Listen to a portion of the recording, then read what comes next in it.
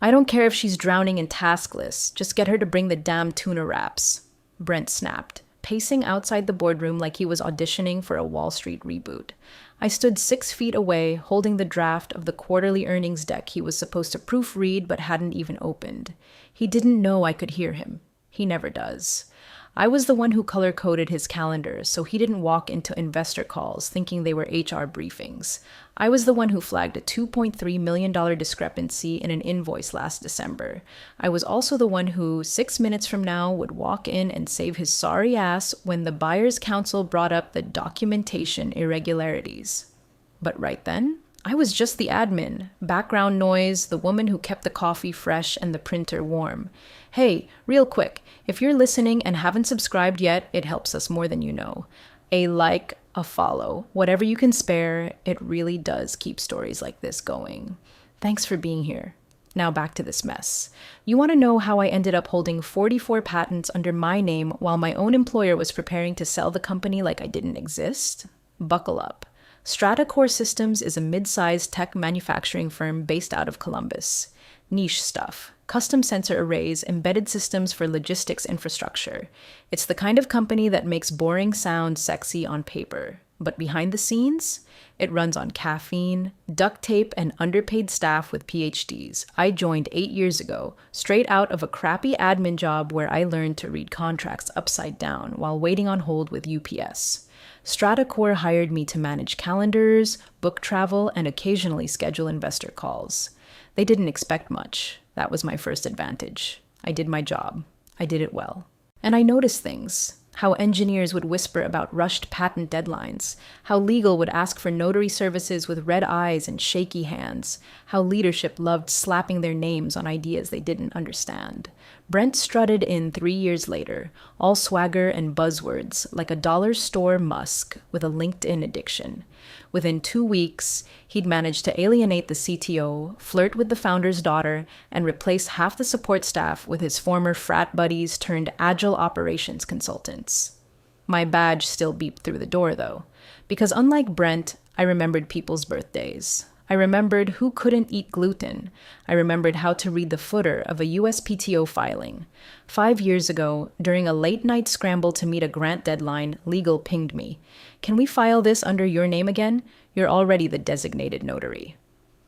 It was a temporary fix, they said. StrataCore didn't have the bandwidth or the budget to register everything through the company yet, and I had a clean IP history. I said yes. I always did. The first filing was uneventful, so was the second. By the 7th, I'd started keeping a private folder of PDFs, internal approvals, time-stamped emails. Not because I didn't trust them, but because I knew them. People like Brent wouldn't remember. I would. Fast forward to this quarter. Rumors started flying. Private equity sniffing around, merger talks, strategic positioning. Suddenly, Brent was walking around in tailored suits, calling everyone champ and chief.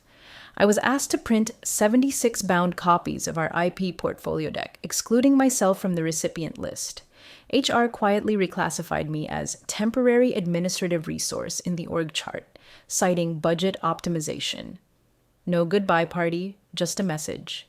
Please return your company laptop by Friday. Severance details forthcoming.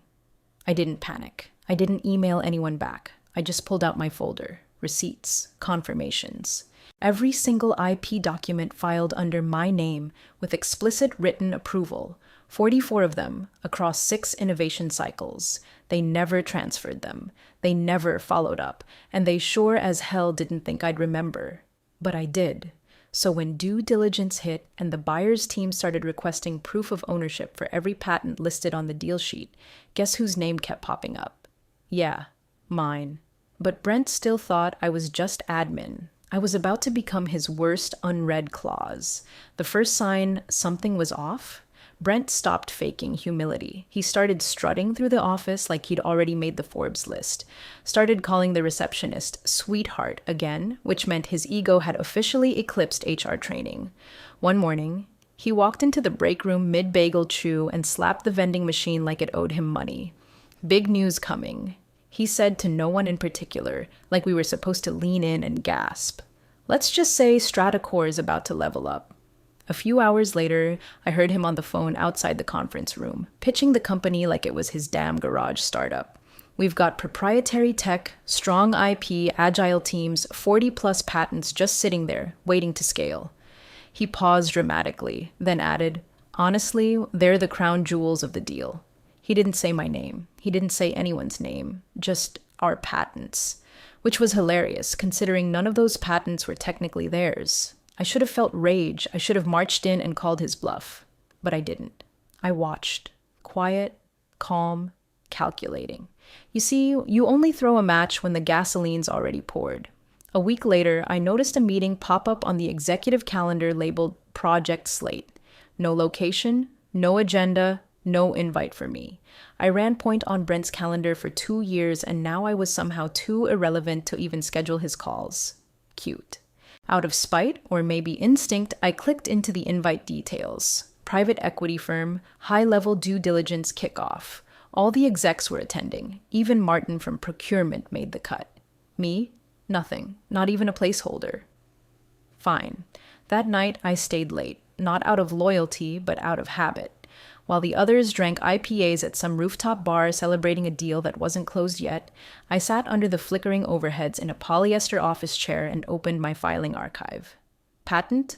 Bar 84376A. Filing date, January 12, 2019. Owner, Lisa Barrett. Approval memo attached, Brent's initials at the bottom. File under admin name for expediency. Expediency. I found another, and another. The language varied. Temporary proxy. Placeholder ownership. Internal safehold. But the structure was identical. I was the owner of record. Legally. Technically. Entirely. I backed up everything to a fresh drive. Then I printed 3 hard copies. I've seen what happens to non-critical staff after mergers. We get erased like coffee stains on whiteboard margins, and still, I said nothing. Until the next morning when I overheard Carter, one of the external partners, say something that made me pause mid-sip at the coffee station. 44 patents, all ironclad, makes the valuation airtight. 44. He said 44. That was my number. That's when I knew they weren't just unaware. They were already selling me, and they didn't even know I wasn't theirs to sell. It's amazing how invisible you can be when people think they've already dismissed you. After Carter dropped the 44 patents line like a mic at a karaoke bar, I stopped playing secretary and started playing archivist. Quietly, surgically, I opened every folder I'd created over the past 5 years. Cross-referenced dates, reviewed email chains, dug into the bowels of the filing software. I even printed out the memos where legal literally typed, "to be filed temporarily under Lisa Barrett." Not one of them used the word transfer. Not one of them included my signature for release. They were sloppy, arrogant, busy trying to look important while I did the actual damn work. I plugged in an encrypted thumb drive and started dragging folders. Internal filings, time-stamped approvals, scanned notary logs. I backed that up to a cloud vault they didn't even know existed, because unlike Brent, I didn't reuse my passwords or share Google Drives with 3 interns and a dog-walking app. By the end of the week, I had a complete and irrefutable archive of every single asset tied to my name. Then I got the text.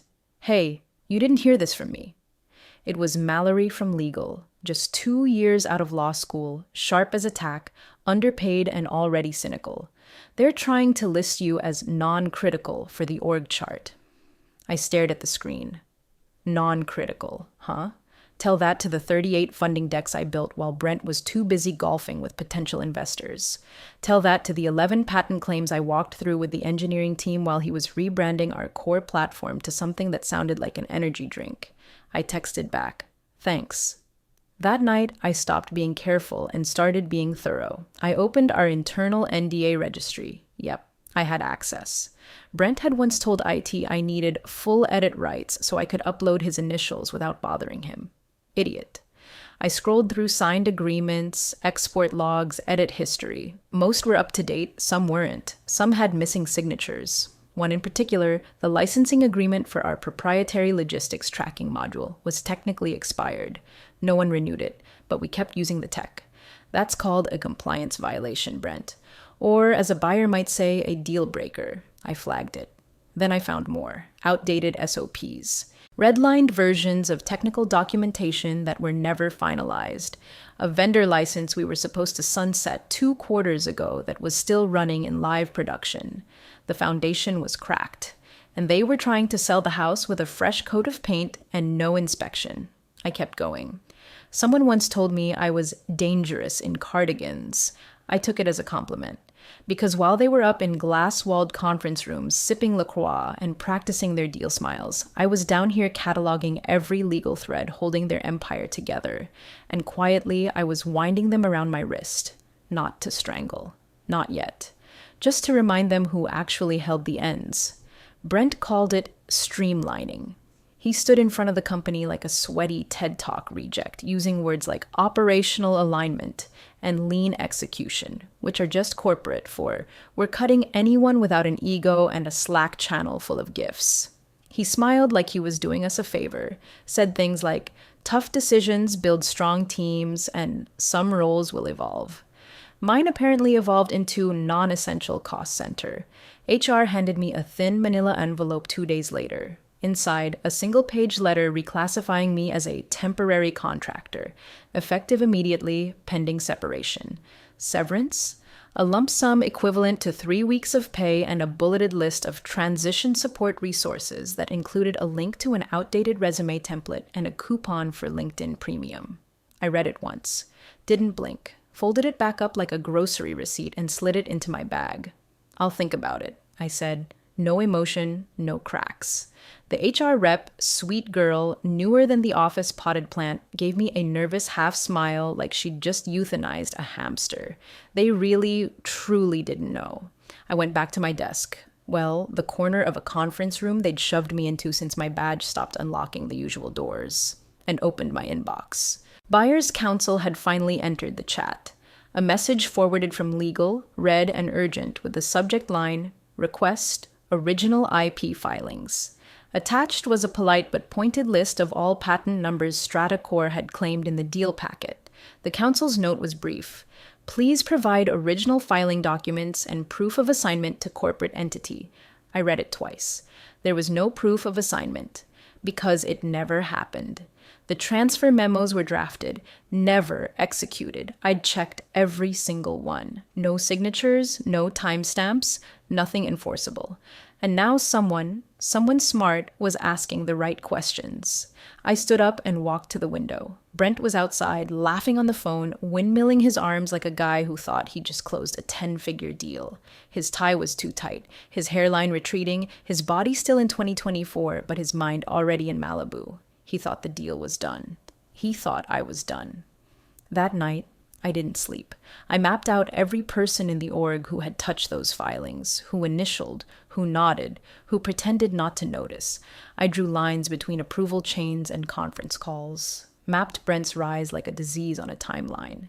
I built what I called the power map. Not titles, not departments, just who actually controlled what, who whispered, who signed, who could nuke a deal by accident, and who couldn't afford for me to talk. They thought they'd backed me into a corner, but corners are great places to build traps. I wasn't out. I was anchored, documented, ticking. The folder was labeled Q2IP Final Clean. Brent sent it himself. Mass forwarded to the PE firm's counsel at 6:43 p.m. with his trademark smugness baked right into the subject line. All clean, ready for review. I imagine him leaning back in his overpriced ergonomic chair, sipping flat kombucha, convinced he'd just sealed the biggest win of his career. The deck was shiny, logo watermarks, pixel-perfect slides, a title page that read, StrataCore, Protected, Proprietary, Prime for Scale. It was 22 slides of pure marketing fantasy. Slide 7 was where it all came apart. That's where they listed the key patents, the crown jewels Brent had bragged about. 44 in total, each with a short description and an internal ID. Not one line mentioning ownership. No legal chain of title docs. Just branding and bullets and blind confidence. At 9:04 a.m. the next day, the PE firm's counsel sent a very different kind of email. Not to Brent, not to legal. To the transitional point of contact listed in the diligence binder. Subject, clarification requested. Patent filings. Body.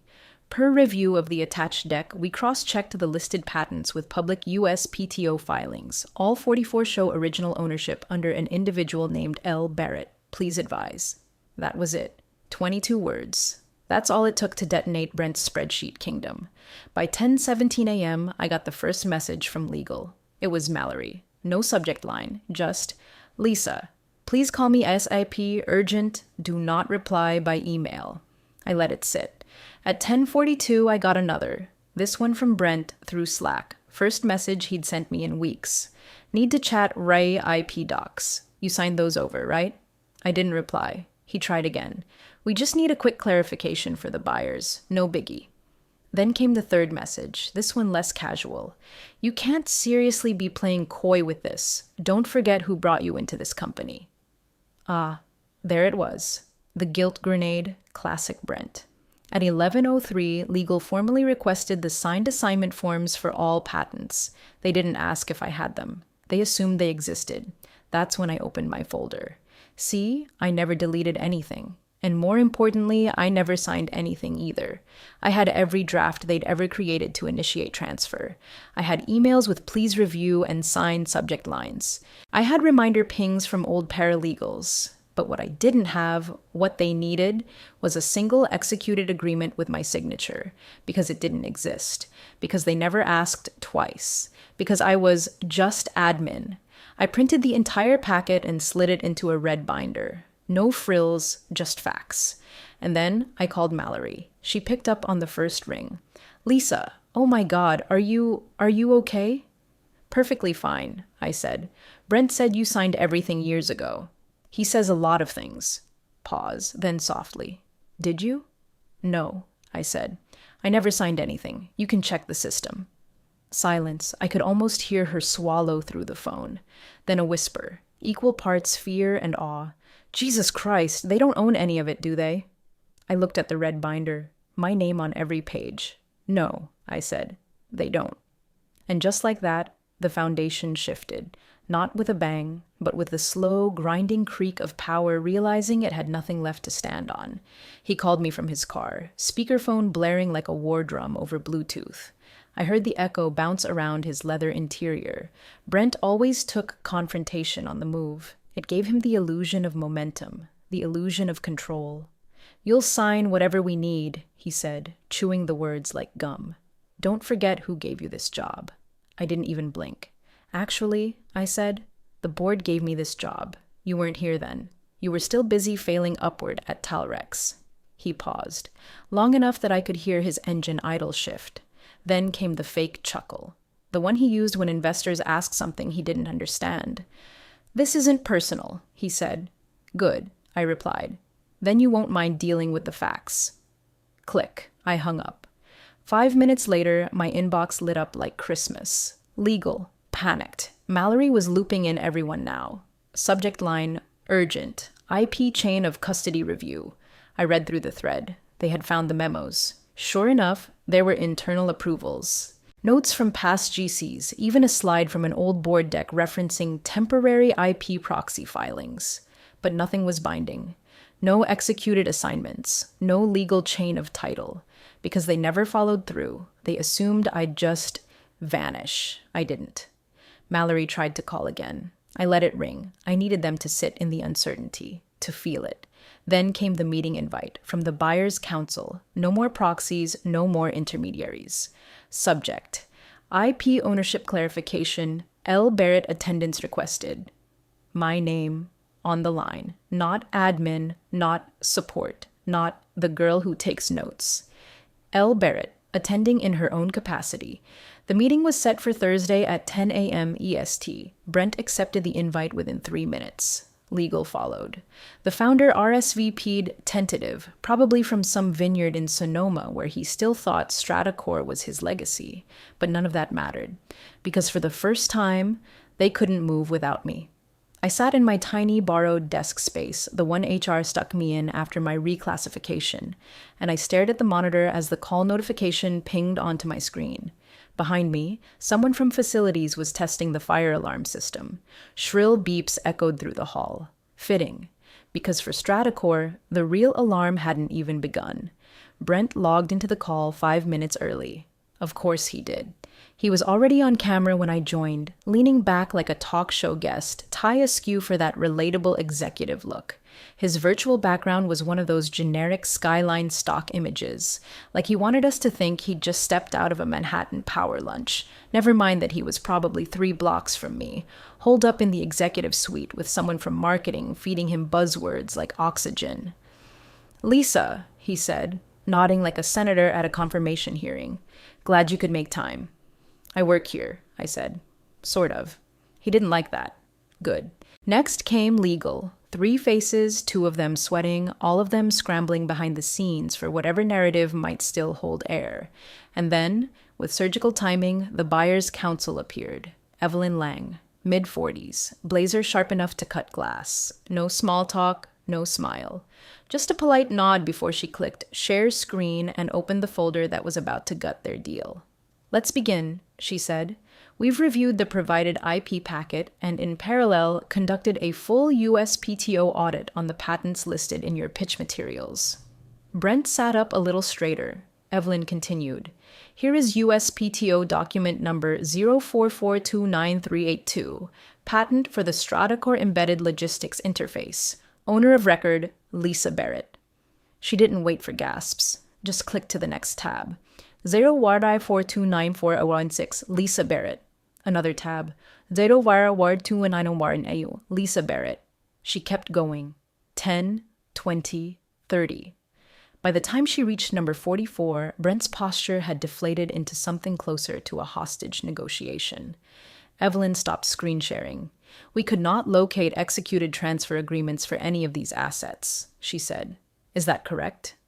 Legal jumped in, voices layered with polite panic.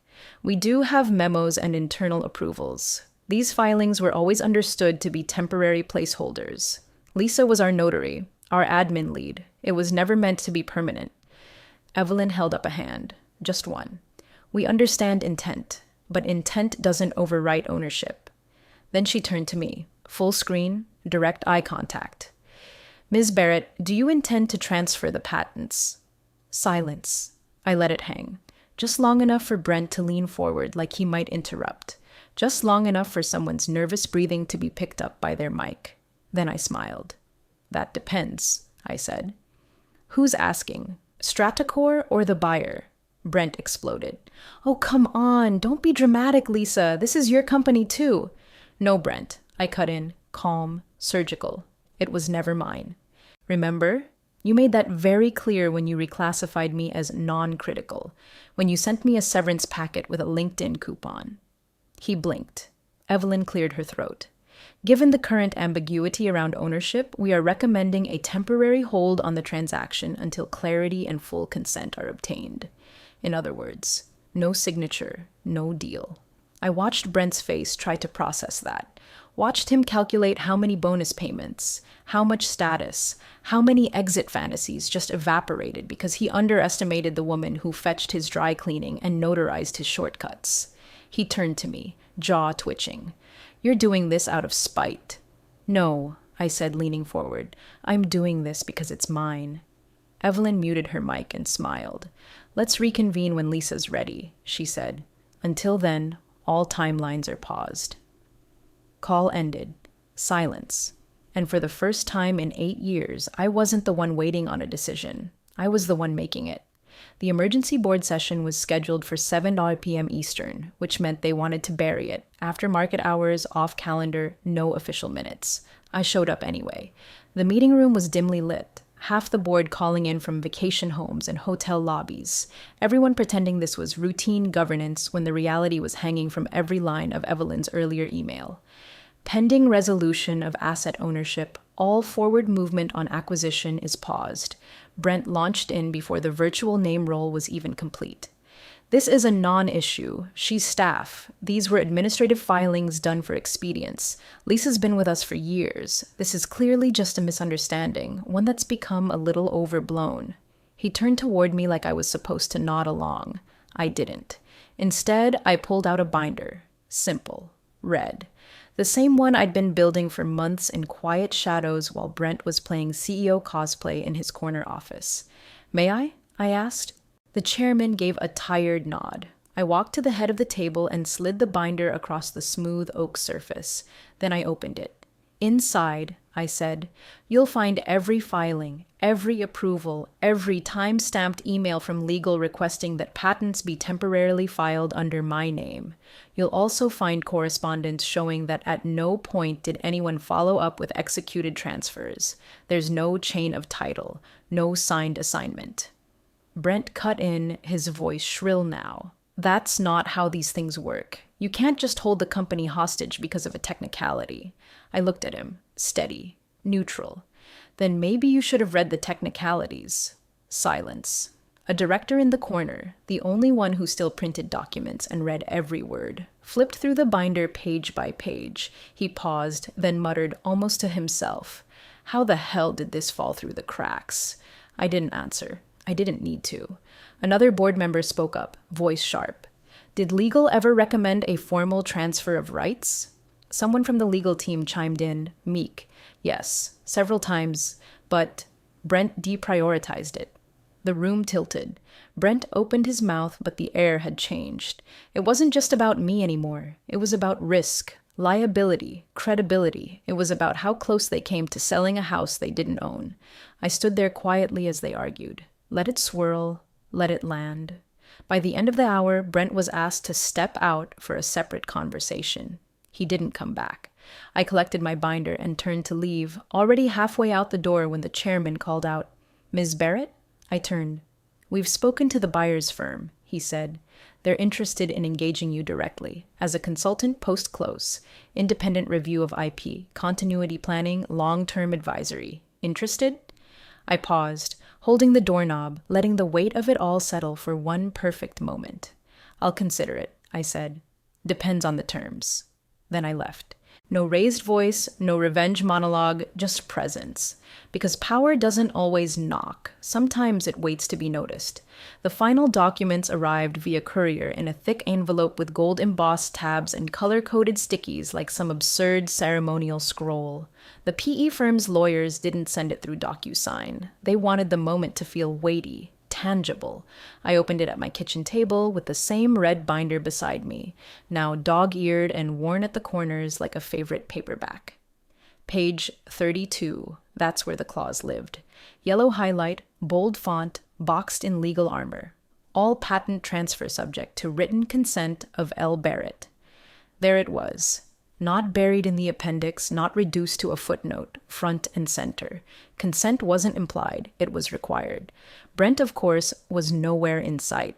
Word was he'd been transitioned to pursue strategic growth opportunities, which is rich executive speak for getting tossed out the back door with a silenced severance and a PR consultant scrubbing his LinkedIn profile.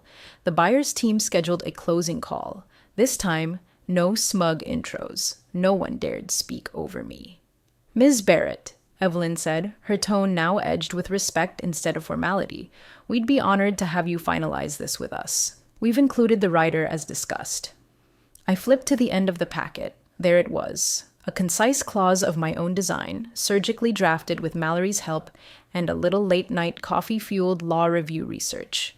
Royalties in perpetuity at 2.25% of net revenue derived from licensed use of protected assets listed in Schedule B.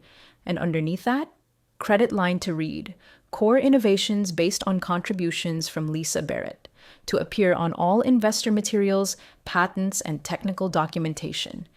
Legacy. Not spotlight, just permanence. I signed, initialed, dated. The call ended with a simple, honest thank you from Evelyn. No grand gestures.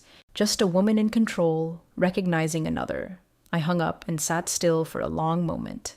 No champagne, no victory lap. Just the low hum of the fridge and the soft weight of knowing the quietest person in the room had just become the reason the deal would go through. They had spent years looking past me, talking over me, excluding me, rewriting the story around themselves. But they forgot to read the details, the clauses, the exceptions, the woman holding the pen. I wasn't just admin, I was the fine print, and no one read me carefully enough.